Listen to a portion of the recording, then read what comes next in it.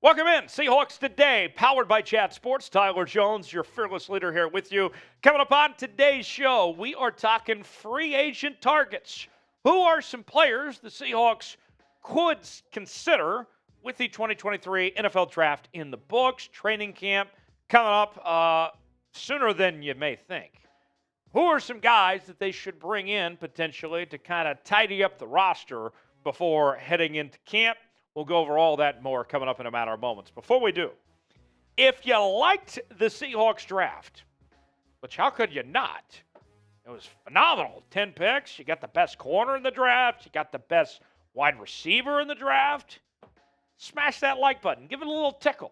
If you liked that draft from the Seahawks, which I don't see how you couldn't, then go ahead and smash that like button, and we'll get started with today's show. So here's what we're going to do. I'm going to go over three players that have been kind of the most talked about of sorts, of potential additions for Seattle. And let me preface this by saying, I was a couple days ago ready to talk about Al Woods or Poona Ford, but ultimately they found homes elsewhere. And we heard Pete Carroll and John Schneider say that they were very interested in bringing both those guys back. Ultimately, it didn't happen, of course. But I got three names that come to mind. Cap space, kind of limited, but nonetheless, let's just at least talk about these guys. Why not? Starting with the defensive tackle spot. Ndamukong Suh, the future Hall of Famer, who, I got to tell you, I've been a big fan of Ndamukong Suh, dating back to his days with the Nebraska Cornhuskers. Almost single-handedly won the Heisman Trophy as a defensive player and beat Texas in that Big 12 championship game. Almost got that done, but didn't quite happen. He has been great. He's had a really good career every step of the way with what he's been able to do in the National Football League. He's a little bit older now. He's coming towards the end, but he is still very good at this point. The big thing with him, we talked about that the Seahawks don't necessarily have a lot of cap space right now, is that Ndamukong Suh, if you go back to last year, he was not in a rush to play just to play. When he ultimately ended up signing with the Eagles, he made sure he got paid before he went out there. So even though he's from the Pacific Northwest, there's no guarantee that he would take some type of discount of some sorts to be a part of this Seahawks team. So Ndamukong Suh, he would fit a need, he'd fill a void, but don't necessarily know if the money situation works out. But it's, at the very least, an interesting idea when it comes to the idea of bringing Ndamukong Suh in. So here's what I want to know, folks. Ndamukong Suh, would you like to see him in Seattle? Tell me what you think. Y for yes, N for no. It's our pinned comment today. You might get an ad break. If so, take advantage of it. Let me know what you think. Should the Seahawks sign Ndamukong Suh or not? Tell me what you think. Y for yes or N for no. Next up, after Ndamukong Suh, let's go to the offensive line, and that's where we find Dalton Risner in this position. Now, I have talked about Dalton Risner for a while. I've been a big fan of him dating back to his days at Kansas State. He's a very vocal leader, makes his presence known. We saw him kind of going back and forth with Russell Wilson on the sidelines a little bit. To me, he's a very productive player. He's a guy, he's gritty, blue-collar guy that every team should want in their locker room. We know the Seahawks have a need at the offensive guard spot. Does it make sense for Dalton Risner potentially to be that guy to slide in and start at the offensive guard spot? Let's tell you about Dalton Risner. This comes from Jeff Kerr of CBS Sports, and this is what Jeff had to say in regards to Dalton Risner. The 27-year-old is coming off a 2022 season.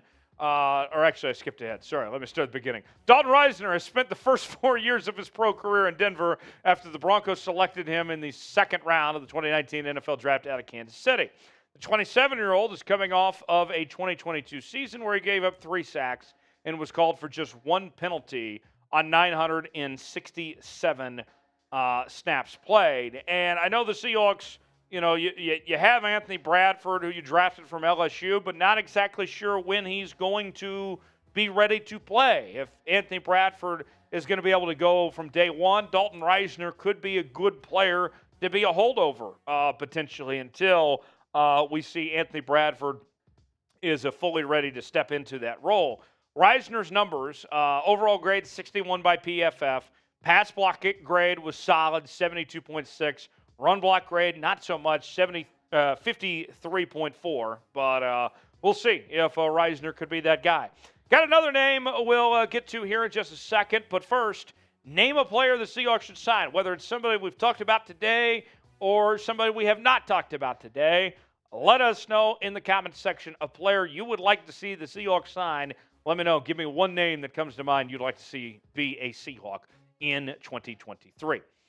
Last on the list. This one might be a reach. Leonard Floyd. Hear me out on this. Leonard Floyd started his career with the Chicago Bears. Was kind of left for dead in Chicago. People called him a bust. Then he goes to the LA Rams, where he played alongside Bobby Wagner, I might add. Just you got that connection going. Won a Super Bowl with the Rams, revitalized his career, and it was awesome with the LA Rams. He's sitting around. I look at that outside linebacker spot. I got some questions about Darrell Taylor. I don't know if he's good enough. Personally, Leonard Floyd, I think, would be an upgrade. But like we've talked about with the other guys, price. Here's more from Jeff Kerr. Floyd is the best available outside linebacker. Although he's more of an edge rusher, Floyd has 54 pressures and 9 sacks for the Los Angeles Rams last season, and he's only 30. Floyd also had a pressure rate of 11.6 with 22 QB hits. Here's the numbers on Leonard Floyd. Here's what I mean as far as when he went from Chicago to Los Angeles. In 2019 with the Bears, 40 tackles, 5 tackles for loss, 3 sacks, no forced fumbles. But then, in 2020, he goes to the Rams, and his numbers skyrocket. 10.5 sacks, 1 forced fumble, 55 tackles, 13 tackles for loss. 2021, really good. 70 tackles, 7 tackles for loss, 9.5 sacks, 1 forced fumble. Pretty good. And then last year, when the Rams were not a good football team, let's be real with y'all. He was one of the things that still was pretty solid. Leonard Floyd was, with 59 tackles, 10 tackles for loss, 9 sacks, and no forced fumbles. So, Leonard Floyd, watch out. So, I'll say this. The cap, it doesn't look great for Seattle to potentially sign these guys, but the cap is a myth anyway, okay? So, what do you guys think?